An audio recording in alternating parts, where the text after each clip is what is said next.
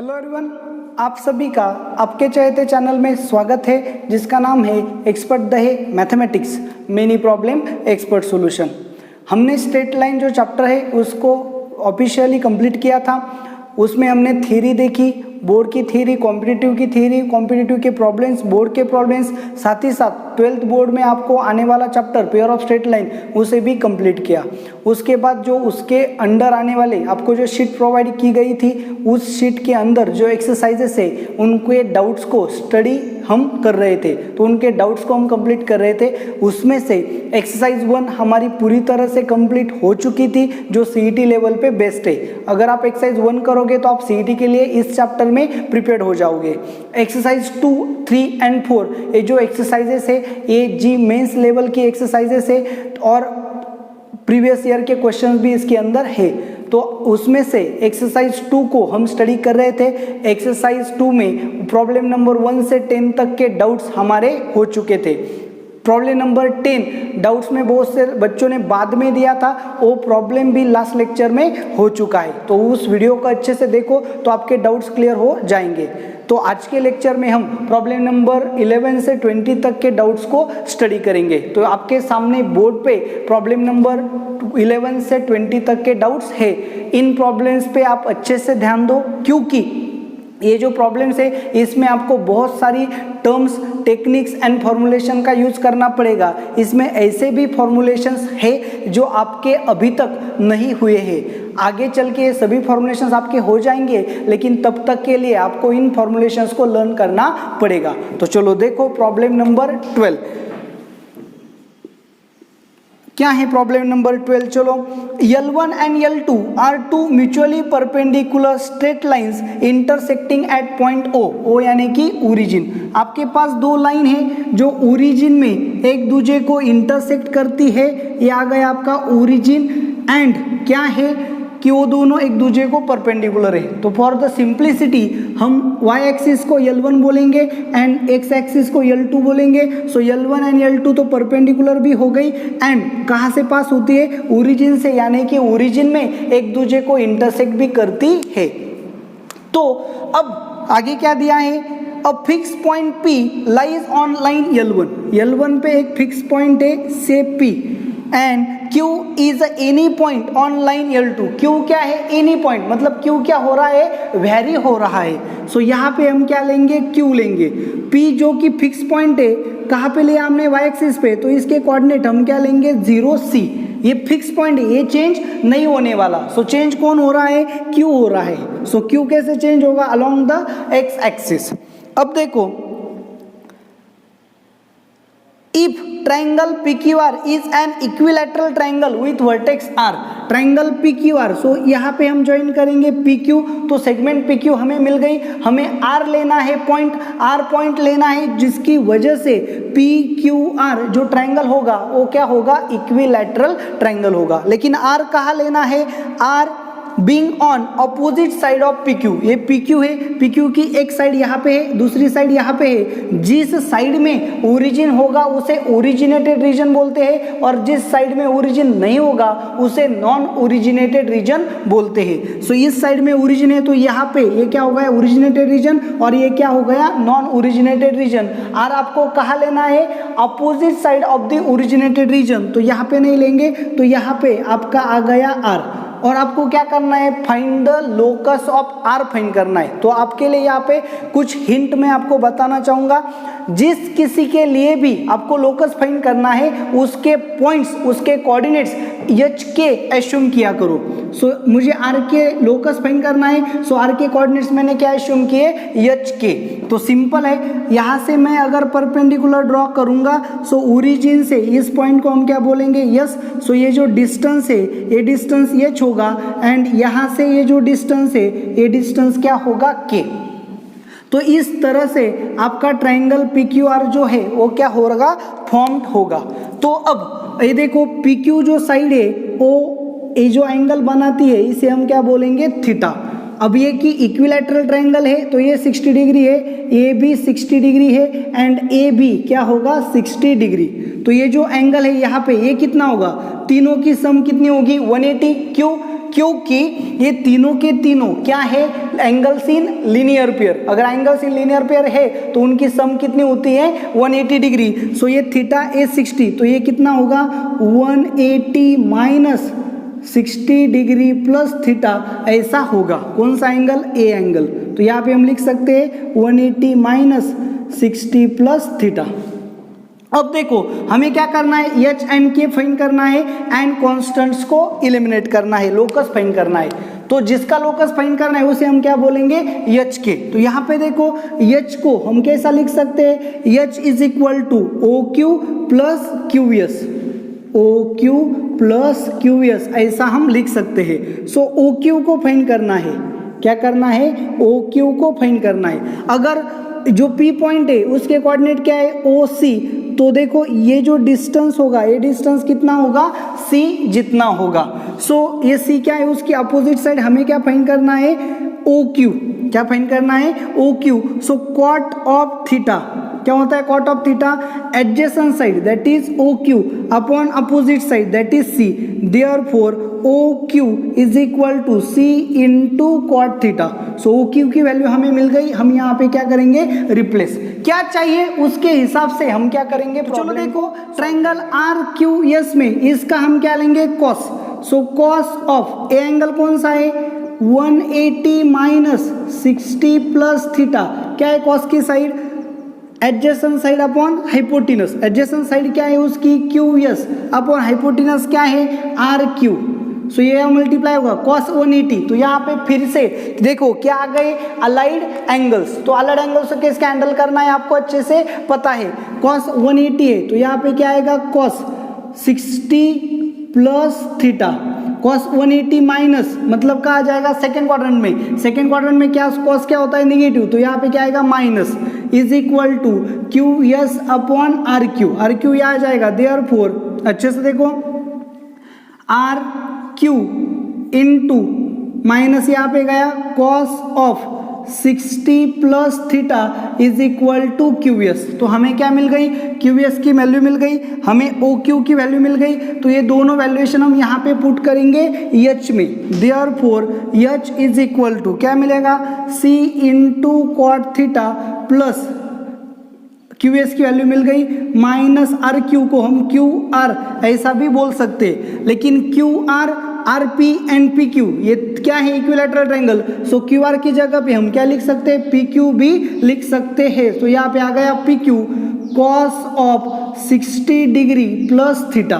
तो अब हमें ये जो एक्सपेंशन है इसे अच्छे से फाइंड करना पड़ेगा। तो आप यहाँ पे अच्छे से ध्यान दो, cos of A plus B, ये जो फॉर्मूला है ये फॉर्मूला आपको याद करना पड़ेगा, हमारा आगे जाके ट्रिग्नोमेट्री में होने वाला है। सो क्या है, cos of A plus B, cos A cos B minus sine A sine B, ऐसा क्या है फॉर्मूलेशन है। तो चलो देखो ए की जगह पे यहाँ पे क्या आ गया 60 डिग्री, बी की जगह पे यहाँ पे आ गया थीटा, तो क्या होगा C into cot of theta minus P Q, bracket डालेंगे cos 60, फॉर्मूलेशन देखो cos 60 into cos theta minus sine 60 into sine theta. So formulation put करेंगे c into cot theta minus P Q. cos 60 की value क्या होती है आपको अच्छे से पता है 1/2, तो यहाँ पे क्या आएगा cos theta upon 2 minus sine 60 की वैल्यू क्या है √3/2 इंटू साइन थीटा, इस तरह से आएगा। तो चलो देखो अब cos थीटा क्या है आपको अच्छे से पता होना चाहिए, sin थीटा भी आपको अच्छे से पता होना चाहिए। तो चलो देखो,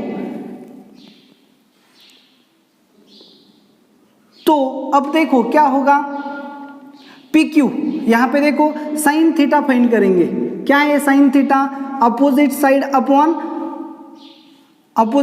hypotenuse that is C upon क्या मिलेगा PQ। So therefore P Q into sine theta is equal to क्या मिलेगा C। आगे देखो अब साइन थीटा क्या मिला हमें C upon P Q.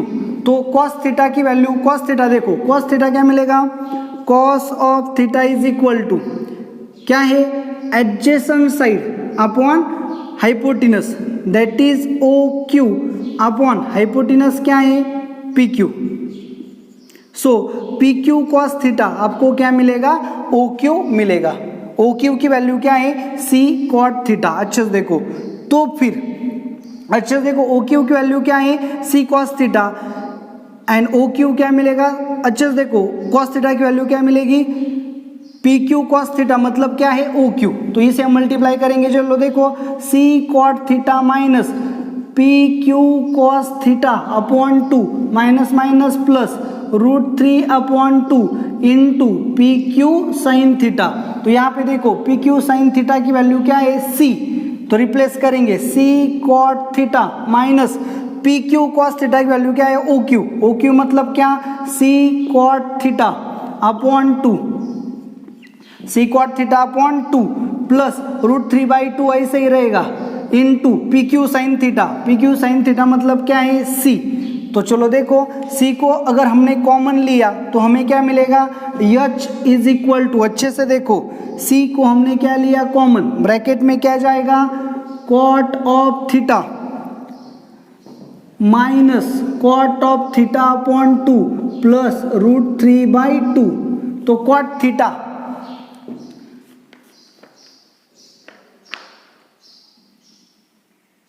Okay. तो इस तरह से हमें क्या मिलेगा, h की वैल्यूएशन मिलेगी। तो अब हम क्या करेंगे, k की वैल्यू फाइंड करेंगे। k क्या है, चलो देखो यहाँ पे k की वैल्यू क्या आएगी, ये पूरा डिस्टेंस k है, सो हमने क्या लिया sine theta. So sine of, यहाँ पे देखो sine of 180 degree minus 60 plus theta, ये जो एंगल है इसका साइन लिया तो क्या होगा, opposite side upon hypotenuse. So is equal to K upon hypotenuse क्या है, आर क्यू। आर क्यू मतलब क्या होगा, P Q. So K is equal to क्या आएगा, P Q into sign of, चलो देखो 180 माइनस मतलब साइन आएगा 60 प्लस थीटा, ऐसे आएगा 180 माइनस मतलब सेकेंड क्वाड्रेंट में साइन क्या होता है, पॉजिटिव। सो अलाइड एंगल कैसे यूज करने इसके ऊपर मैंने वीडियो बनाया है, तो आपको डिस्क्रिप्शन में वो वीडियो मिल जाएगा, उसे अच्छे से देखो तो ये अलाइड एंगल्स कैसे यूज करने आप समझ जाओगे। सो फिर से फॉर्मुलेशन यहाँ पे यूज करेंगे। So K is equal to P Q, जो है पी क्यू क्या है, अच्छे से देखो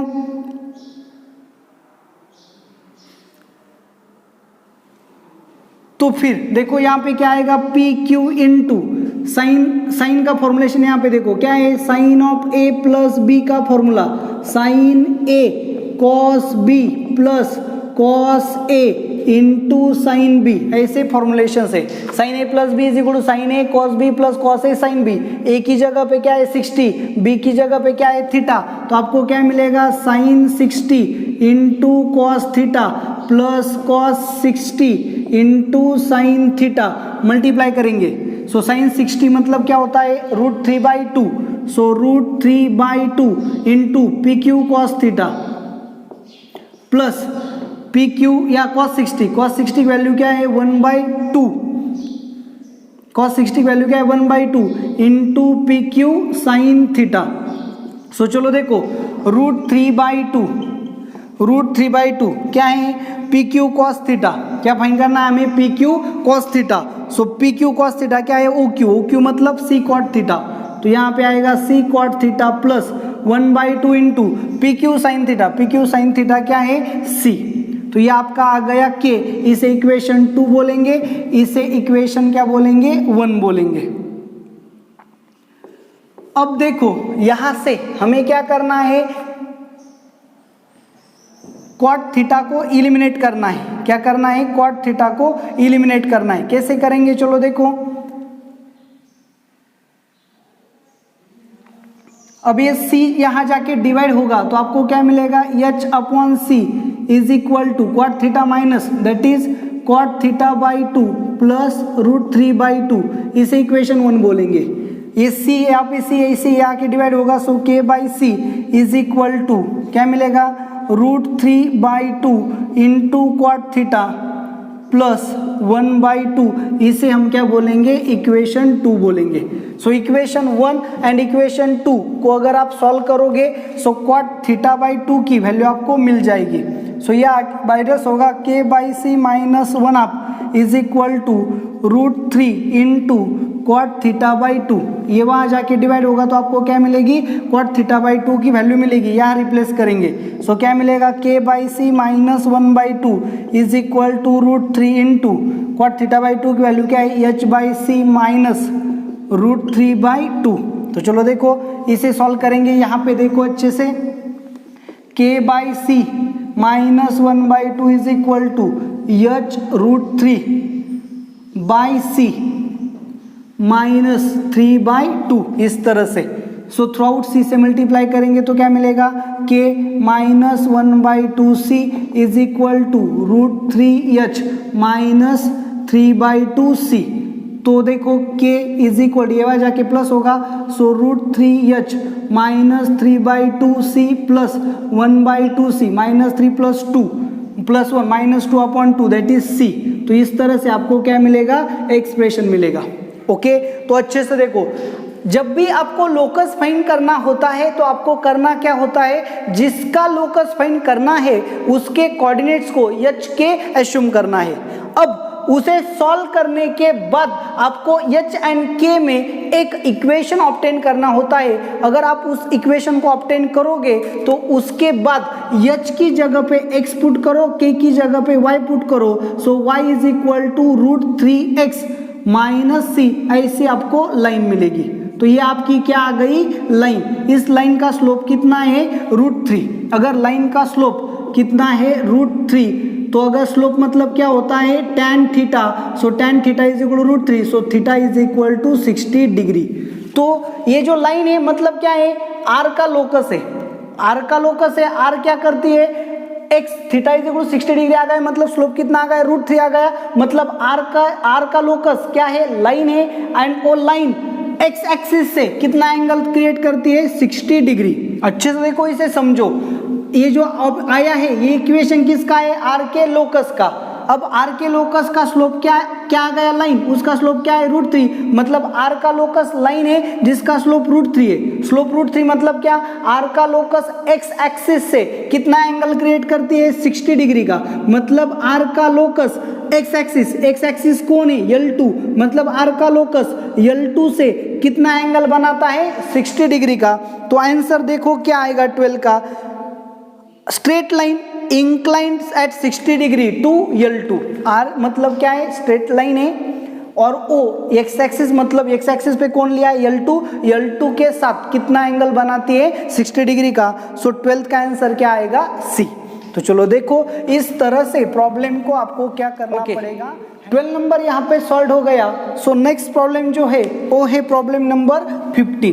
तो चलो देखो प्रॉब्लम नंबर 15 क्या है, a straight line L with negative slopes passes through the point 8 2। आपकी जो लाइन L है ये कहाँ से पास होती है, 8 2 इस पॉइंट से पास होती है, एंड इसका जो स्लोप है वो क्या है, निगेटिव। स्लोप हम किसे बोलते हैं, m को बोलते हैं। तो चलो देखो, तो पॉइंट है, स्लोप अगर हमने m लिया तो स्लोप पॉइंट फॉर्म का हम यूज कर सकते हैं। सो लाइन का इक्वेशन क्या होगा, y minus y1 is equal to slope into X minus x1। तो ये आपकी लाइन हो गई। सॉल्व करेंगे इसे, therefore y minus 2 is equal to mx minus 8m, सब वहाँ जाएगा। देयरफॉर mx ये वहाँ जाएगा, minus y is equal to, ये यहाँ आएगा प्लस होगा। सो 8m माइनस 2, देखो ये वहाँ जाके माइनस हो गया, ये आके प्लस हो गया। तो फिर डिवाइड करेंगे, therefore mx upon 8m minus 2 minus y upon 8m minus 2 is equal to 1। ये जो m है न्यूमरेटर और डिनोमिनेटर का डिनोमिनेटर हो सकता है। तो ये लाइन का क्या आ गया, double intercept form. Okay, and cuts the positive coordinate axis at point P and Q। आपकी ये जो L लाइन है, ये L line positive coordinate axis यानी X axis and Y axis को कहाँ पे इंटरसेक्ट करती है, पी एंड क्यू पे। तो ये आपकी आ गई लाइन यल, इसका स्लोप नेगेटिव होगा, एक्स एक्सिस को पी में एंड वाई एक्सिस को क्यू में इंटरसेक्ट करेगी। तो ये पी मतलब क्या होता है, ए 0 एंड क्यू क्या होता है 0 बी। ए मतलब एक्स इंटरसेप्ट क्या आ गया, O 8m minus 2 upon M 0 and ये क्या आ गया 0 इंटू 8m माइनस 2। तो चलो देखो इस तरह से आपको क्या मिले, P एंड Q के कोऑर्डिनेट्स मिले। आगे देखो, as L varies the absolute minimum value of OP OQ, आपकी यल जो है ये क्या होगी चेंज, मतलब ये ऐसे होगी, ऐसे होगी, या फिर ऐसे होगी, या फिर ऐसे होगी, मतलब यल क्या हो रहा है आपका चेंज हो रहा है। सो ये है ओरिजिन OP प्लस OQ, इसकी मिनिमम वैल्यू आपको क्या करनी है, फाइंड करनी है। सो OP क्या है, OP मतलब क्या होगा, OP मतलब x इंटरसेप्ट एंड OQ क्या होगा y इंटरसेप्ट। सो OP plus OQ, x intercept कितना है 8m minus 2 upon M plus y intercept क्या है 8m माइनस 2। सो डिवाइड करेंगे, यम यम कैंसिल होगा, 8 minus 2 upon M plus 8m minus 2। सो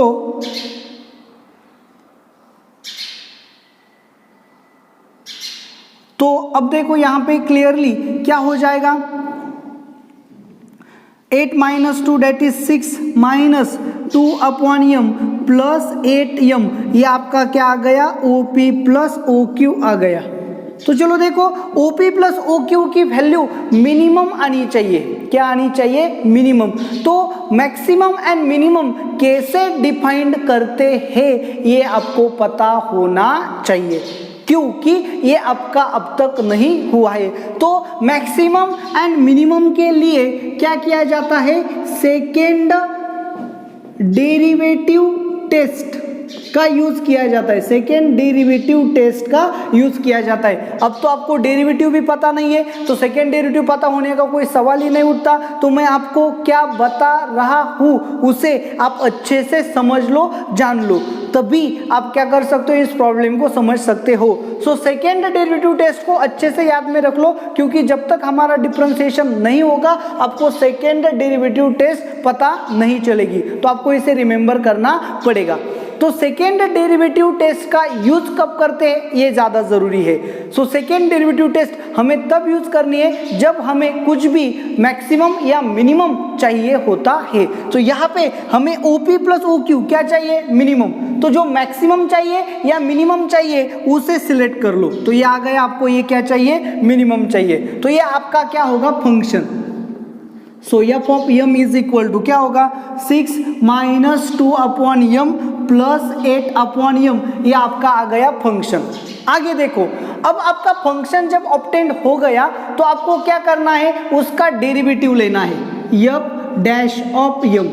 सो डेरिवेटिव देखो, कुछ रूल्स मैं आपको यहाँ पे बताने वाला हूँ, उसे अच्छे से दिमाग में रख लो, याद कर लो, या फिर बेसिक फाउंडेशन लेक्चर में आपके डेरिवेटिव्स हो चुके हैं। तो चलो देखो, 6 माइनस 2 ऐसे ही रहेगा, यहाँ पे क्या होगा 1 अपॉन यम, चलो अरेंज करके लिखता हूँ पहले, प्लस 8 इंटू यम।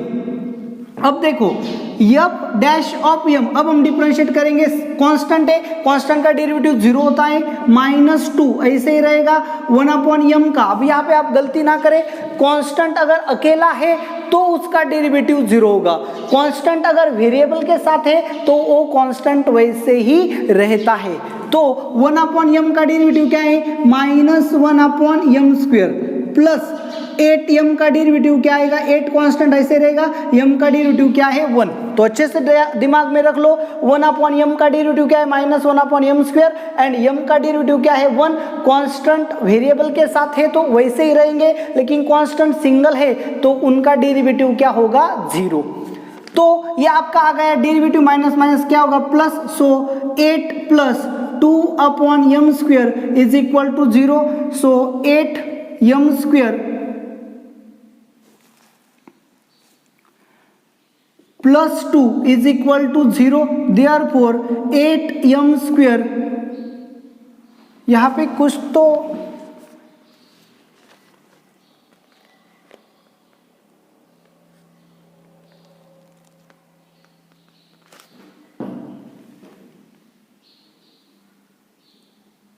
यहाँ पे देखो हमारा जो y इंटरसेप्ट है इसमें थोड़ी सी गलती हो गई। यहाँ पे क्या है, माइनस साइन है, सो ये प्लस माइनस है, तो y इंटरसेप्ट हमारा क्या होगा, माइनस साइन यहाँ पे डालना होगा, मतलब -8 - 2 होगा।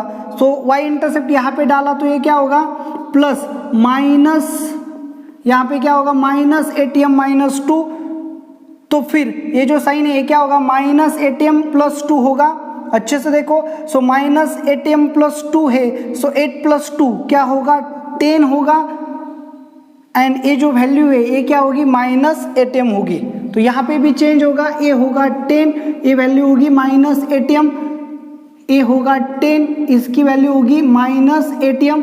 अब हम इसका डेरिवेटिव लेंगे तो क्या होगा, माइनस माइनस, ये करेक्ट है, सो यहाँ पे क्या होगा माइनस, तो फिर देखो क्या मिलेगा हमें, यहाँ पे माइनस माइनस क्या होगा प्लस, सो 2/m² - 8, ये क्या आ गया आपका डेरिवेटिव। अब ये डेरिवेटिव जो है, ये डेरिवेटिव हम क्या लेंगे, 0। सेकेंड डेरिवेटिव टेस्ट को अच्छे से देखो, जिसे मैक्सिमम या मिनिमम करना होता है वो फंक्शन, यहाँ पे गलती हो गई थी, अच्छे से देखो, x/x इंटरसेप्ट यहाँ पे माइनस था, तो y इंटरसेप्ट क्या आता था, -8m - 2, मतलब इस तरह से आपका y इंटरसेप्ट आना चाहिए था। तो यहाँ पे गलती हो गई, इसलिए ये गलत हो गया, ये भी गलत हो गया। अब हमने करेक्ट किया है, तो इस तरह से आपको क्या मिलेगा, डेरिवेटिव मिलेगा। जैसे ही डेरिवेटिव मिलेगा तो उसे = 0 पुट करो। सो डेरिवेटिव आ गया, 0 लिया, सो 2/m² = 8, therefore m² = 2/8 = 1/4, therefore m = ±1/2। तो स्लोप की वैल्यू आपकी क्या आ गई, 1/2 आ गई। तो आपके पास क्या है, OP + OQ क्या है आपका, 10 - 2/m - 8m, इसकी वैल्यू m की वैल्यू यहाँ पुट करेंगे तो क्या मिलेगा, 10 - 2, m की वैल्यू प्लस 1/2 - 8 इंटू 1/2, सो 2 अलग होगा, सो 10,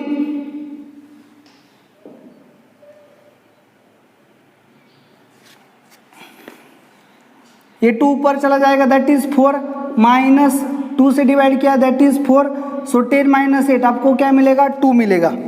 तो आपको क्या करना है, 8m की वैल्यू -2 पुट करेंगे तो क्या मिलेगा, = देखो इसमें m की वैल्यू -2 पुट करेंगे, 10 - 2 into -1/2 - 8 into -1/2, minus minus plus होगा, ये ऊपर जाएगा, सो 10 + 4 + 4, सो क्या होगा 18। तो आपकी वैल्यू कितनी आएगी, 18। तो देखो यहाँ पे हमारी 2 आ गई थी, लेकिन ऑप्शन में 2 कहीं पे भी नहीं है, यहाँ पे कितनी आ गई, 18 आ गई, मतलब आपकी मिनिमम वैल्यू क्या आएगी, 18। तो यहाँ पे हमारे पास m की 2 वैल्यूज आ गई थी, एक वैल्यूज ने 2 दिया एंड एक वैल्यूज ने 18 दिया। तो कौन सी सिलेक्ट करनी है, इसके लिए हमें क्या करता है, सेकेंड डेरिवेटिव टेस्ट का यूज करना पड़ता है, लेकिन हम क्या करेंगे, दोनों को डाल के देखेंगे, जो ऑप्शन में होगा वो क्या होगी, मिनिमम वैल्यू होगी। तो चलो देखो, अगर यहाँ पे 2 भी होता और 18 भी होता तो हम 18 नहीं सिलेक्ट करते, तो क्या सिलेक्ट करते, 2 सिलेक्ट करते। अच्छे से दिमाग में रख लो। तो आपका आंसर क्या आएगा, 15 का आंसर आएगा 18। देखो अच्छे से, यहाँ पे गलती कहाँ हो गई थी, y इंटरसेप्ट लेते वक्त माइनस का साइन छूट गया था, इसलिए थोड़ा सा गलत आ गया था, लेकिन हमने उसे करेक्ट किया तो हमारा आंसर कितना आ गया, 18। तो इस तरह से 15 का आंसर क्या आपका यहाँ पे, प्रॉब्लम नंबर 17। चलो देखो, प्रॉब्लम्स को अच्छे से देखो, समझो, बहुत क्रिटिकल प्रॉब्लम्स है, समझोगे तो क्या होगा, आसानी होगी। बहुत सा पार्ट जो है वो बाकी के चैप्टर से आता है, तो वो आपके अब तक नहीं हुए हैं, तो आपको जब वो चैप्टर्स हो जाएंगे तो ये पार्ट बहुत ही इजी जाएगा। लेकिन अब तक के लिए कुछ हिंट्स, जैसे मैंने यहाँ पे आपको सेकेंड डेरिवेटिव टेस्ट बताई, ऐसे हिंट्स आप याद रख लो, कहीं पे उसे नोट डाउन कर लो। सिंपल है, लेकिन अभी आपके लिए नया है, इसलिए थोड़ी सी तकलीफ होगी। तो चलो देखो, नेक्स्ट प्रॉब्लम जो है, प्रॉब्लम नंबर 17 क्या दिया गया है, अच्छे से सुनो। A right angle triangle ABC having right angle at C। तो क्या है, राइट एंगल ट्रायंगल है, ट्रायंगल ए बी सी में सी इज इक्वल टू क्या है 90 डिग्री। आगे देखो क्या बोला है, C A is equal to ये, C A is equal to ये, C B is equal to B, moves such that the angular points A and B slides along x axis। ये along x axis मूव होता है and B along y axis move होता है। Then the locus of C is, तो आपको क्या करना है, C का लोकस फाइंड करना है। फिर से देखो लोकस का प्रॉब्लम आ गया, अच्छे से डाल लो दिमाग में, जिसका भी हमें लोकस फाइंड करना है उसका कोऑर्डिनेट्स हम क्या एज्यूम करेंगे, एच के। तो देखो प्रैक्टिकली कैसे होगा, ये आपका एक्स एक्सिस, ये आपका वाई एक्सिस और ये आपका क्या है ओरिजिन। अब ये कहाँ पे एक्स एक्सिस पे, तो चलो देखो मैंने यहाँ पे ए ले लिया, ये कहाँ पे वाई, बी कहाँ पे वाई एक्सिस पे, तो चलो मैंने यहाँ पे बी ले लिया। अब सी हमें ऐसा लेना है कि एंगल ए बी सी क्या होना चाहिए 90 डिग्री। तो अब यहाँ पे हमने क्या किया, यहाँ पे C ले लिया, तो ये आपका आ गया C जिसके कोऑर्डिनेट्स क्या है एच के। तो C से A तक का जो डिस्टेंस है ये क्या है ये, एंड C से B तक का जो डिस्टेंस है ये क्या है B। तो आपका A जो है ये मूव होगा, B जो है ये भी मूव होगा, लेकिन आपका जो एंगल है ये एंगल क्या रहेगा 90 डिग्री रहेगा। ये आपका C है, सी एच के। ओके, तो अब हमें क्या करना है, इसके लिए पॉइंट्स जो है एच के जो है लोकस वो फाइंड करना है। तो अब देखो ये जो डिस्टेंस है ये हमेशा ये रहेगा, ये जो डिस्टेंस है ये हमेशा बी रहेगा। ये क्या होगा, ऐसे यहाँ पे मूव होगा अलोंग एक्स एक्सिस, बी जो है अलोंग क्या होगा वाई एक्सिस मूव होगा। सो ए के जो कोऑर्डिनेट्स है ये के, उसे हम क्या बोलेंगे P0, एंड बी के जो कोऑर्डिनेट्स है उन्हें क्या बोलेंगे 0Q। तो चलो देखो अच्छे से, सो अगर ये 90 डिग्री है तो ये भी क्या है 90 डिग्री। तो अच्छे से देखो ए बी, यहाँ पे हम क्या कर सकते हैं, ये जो पूरा डिस्टेंस है ये हो गया P, ये जो पूरा डिस्टेंस है ये हो गया Q। तो फिर आसानी से आप क्या कर सकते हो, यहाँ पे ट्रायंगल ओ ए बी, ये राइट एंगल ट्रायंगल तो बनेगा ही बनेगा, तो P square plus Q square is equal to A B square. So P square plus Q square is equal to A B square. लेकिन ट्रायंगल ए बी सी ये भी right angle है, so A square plus B square is equal to A B square. So A square plus B square is equal to A B square. दोनों को combine किया तो आपको क्या मिलेगा, P square plus Q square is equal to A square plus B square. इसे हम क्या बोलेंगे इक्वेशन 1। तो क्वेश्चन में जो डाटा दिया है उसे कैसे एनालाइज करना है अच्छे से देखो, समझो, बड़ा सिंपल है। लाइन दी गई थी, ए एक्स एक्सिस पे पॉइंट है, बी वाई एक्सिस पे पॉइंट है, तो एक्स एक्सिस पे है तो लिया P0, वाई एक्सिस पे है तो लिया 0Q। सी कोई भी पॉइंट है, लेकिन सी क्या है, एंगल एट सी 90 डिग्री, क्योंकि ट्रायंगल ABC में सी क्या है 90 डिग्री। ए बी ए सी दिया है, ए बी सी दिया है, बी पुट किया, सी पे राइट एंगल, सी का लोकस फाइंड करना है तो उसके कोऑर्डिनेट्स क्या एज्यूम किए एच के। तो बस इसी का यूज करेंगे। So A square plus B square is equal to A B square, A B right angle triangle है, P square plus Q square is equal to A B square. तो यहाँ से हमें सिंपली क्या मिला, एक इक्वेशन मिला। तो यहाँ पे वेरी कौन है एंड कांस्टेंट कौन है इसे समझो। वेरी कौन हो रहा है, ये यहाँ जाएगा या फिर यहाँ आएगा, बी यहाँ आएगा या फिर यहाँ जाएगा, मतलब P एंड Q ये जो है ये क्या होते हैं, वेरी होते हैं। तो हमें P एंड Q को इलिमिनेट करना है। ये जो डिस्टेंस है ये डिस्टेंस जो है भी, ये दोनों क्या है कांस्टेंट। हम कांस्टेंट को एलिमिनेट नहीं करते, जो चेंज होता है उसे एलिमिनेट करते हैं। तो फिर हमें P एंड Q की वैल्यूएशंस को फाइंड करना पड़ेगा। तो चलो देखो, अब आपको पता है CA, डिस्टेंस बिटवीन CA क्या है ये, तो फिर क्या होगा, फॉर्मूला यूज किया तो H minus P bracket square plus K square is equal to A, squaring किया, so H minus P bracket square plus K square is equal to A square. So H square minus 2HP plus P square plus K square is equal to A square. अब distance between BC क्या है, B distance between B C क्या है B, therefore distance का formula use किया h minus 0 that is h square plus k minus Q bracket square is equal to B, squaring किया so h square plus k minus Q bracket square is equal to B square, squaring करके लिया तो क्या मिलेगा h square plus k square plus minus 2kq plus q square is equal to b square. इसे हम क्या बोलेंगे equation 2, इसे हम क्या बोलेंगे, हम क्या कर सकते हैं p की वैल्यू फाइंड कर सकते हैं। कैसे फाइंड करेंगे, ये पहले बाहर जाएगा so h minus P bracket square is equal to A square minus K square, square root लिया so h minus P is equal to plus और minus square root of A square minus K square. So ये p वहाँ जाएगा, ये यहाँ आएगा, therefore p is equal to h plus और minus root of A square minus K square, इसे equation 4 बोलेंगे। यहाँ से इक्वेशन 3 से हम क्या कर सकते हैं, q की वैल्यू फाइंड कर सकते हैं। कैसे, so k minus Q bracket square is equal to B square minus H square, square root लिया तो क्या मिलेगा k minus Q is equal to plus और minus root of B square minus H square. So Q आ जाएगा plus होगा, ये आएगा माइनस होगा, so Q is equal to k plus और minus root of B square minus H square, इसे equation 5 बोलेंगे। सो 4 की वैल्यू एंड 5 की वैल्यू, इन दोनों की वैल्यू 1 में पुट करेंगे।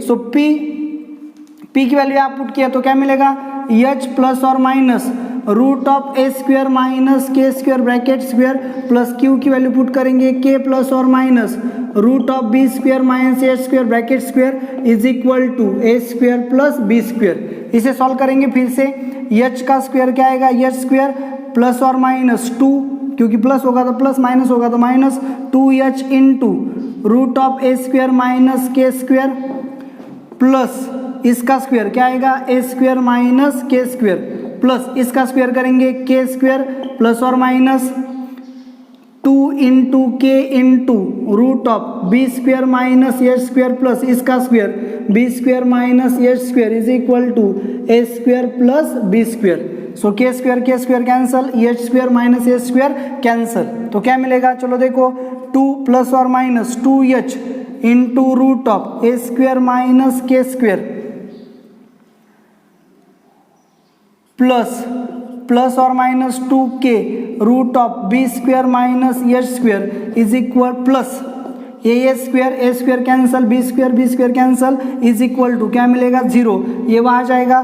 सो 2h into root of A square minus B square is equal to plus और minus 2k into root of B square minus H square. अच्छे से देखो, 4 फाइंड किया, 5 फाइंड किया, इसे 1 में पुट किया, स्क्वेयरिंग किए, कैंसलेशन किया, अरेंजमेंट चल रहा है, 2 2 कैंसल, स्क्वेयरिंग किया so H square into A square minus K square is equal to K square into B square minus H square. Multiplication करने के बाद यहाँ पे देखो क्या मिलेगा, मल्टीप्लीकेशन के बाद H square A square minus H square K square is equal to K square B square minus K square H square, ये दोनों क्या हो जाएंगे कैंसल।